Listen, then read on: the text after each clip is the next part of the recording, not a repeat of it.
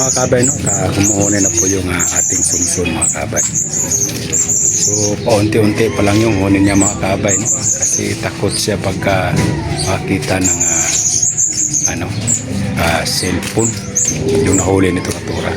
Yan po mga kabay, oh. So tingnan natin mga kabay. So ayan po siya mga kabay, oh. Yung sunsun natin. Isa pala itong lasak mga kabay. Ayun, may puti siya sa pakpak mga kabay. Ayan. So update lang tayo mga kabay, no, sa ating nahuling sunsun.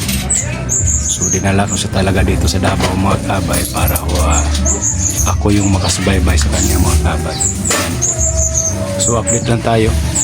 So hindi ko na malayan itong mga kabay bago lang lumabas itong puti sa kanyang pakpak. Ayan, isang lasak.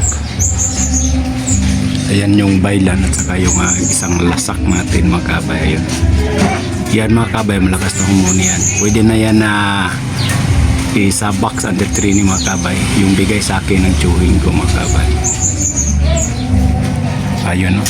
So tinabunan ko siya mga kabay kasi special kasi ito mga kabay. So matagal pa natin to isa box under training kasi savings ko to mga kabay kasi wala akong sunsun. Ayan, humuhuni na po siya pero paunti-unti pa lang ho mga kabay. Ang ganda mga kabay, may lasak sa pakpak niya. Ayan, humuhuni na po yan mga kabay. So hindi pa lumalabas yung tunay na talagang huni, paminsan-minsan lang. So ayan mga kabay, no? So update na natin. Ganda mga kabay, no? Swerte tayo sa sunsun na ito yung nahuli ng turatura.